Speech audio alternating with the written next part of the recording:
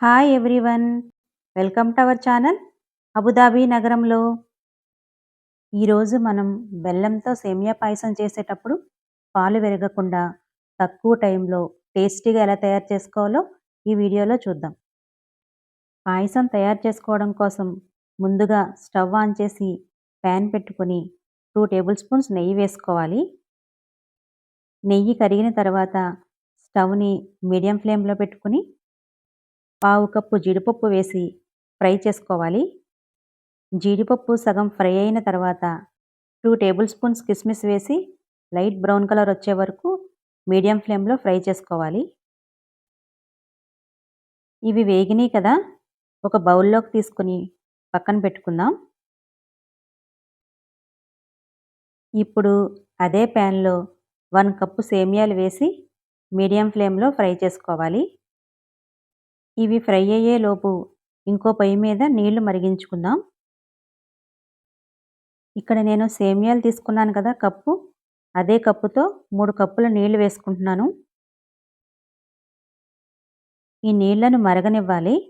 ఇప్పుడు సేమియాలు ఫ్రై అయినాయేమో చూద్దాం. సేమియాలు కూడా దోరగా వేగిపోయినాయి కదా. ఇప్పుడు మనం మరిగించుకున్న వేడి నీళ్ళని సేమియాల్లో వేసుకోవాలి. నీళ్లు వేసిన తర్వాత సేమియాల్ని బాగా కలుపుకోవాలి, లేకపోతే సేమియాలు ఉండలు కట్టేస్తాయి. ఇప్పుడు స్టవ్ని మీడియం ఫ్లేమ్లో పెట్టుకుని సేమియాలను ఉడికించుకోవాలి. సేమియా ఉడికిందేమో చూద్దాం. సేమియాని నొక్కి చూస్తే ముక్కలుగా విరిగింది కదా, అలా ఉడికితే సరిపోతుంది. మరి మెత్తగా ఉడికించకూడదండి. సేమియా ఉడికిన తర్వాత మనం ఏ కప్పుతో అయితే సేమియా తీసుకున్నామో అదే కప్పుతో 1 కప్పు బెల్లం వేసుకొని ఒకసారి కలుపుకోవాలి. బెల్లం పూర్తిగా కరిగే వరకు 2-3 నిమిషాలు ఉడికించుకోవాలి.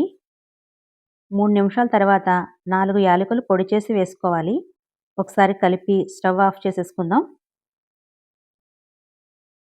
స్టవ్ ఆఫ్ చేసేసిన తర్వాత మనం ఫ్రై చేసి పెట్టుకున్న డ్రై ఫ్రూట్స్ వేసుకొని ఒకసారి బాగా కలుపుకుందాం. ఇప్పుడు కాచి చల్లారబెట్టుకున్న పాలని మనం ఏ కప్పుతో అయితే సేమియా తీసుకున్నామో అదే కప్పుతో 2 కప్పులు వేసుకోవాలి. పాలు వేసిన తర్వాత గరిటెతో అస్సలు కలపకూడదు.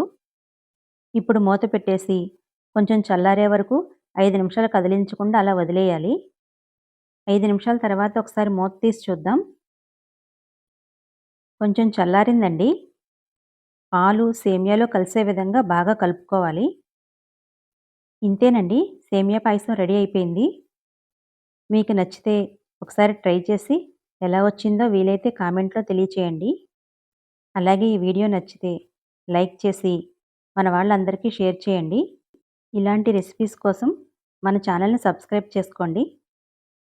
Thank you for watching.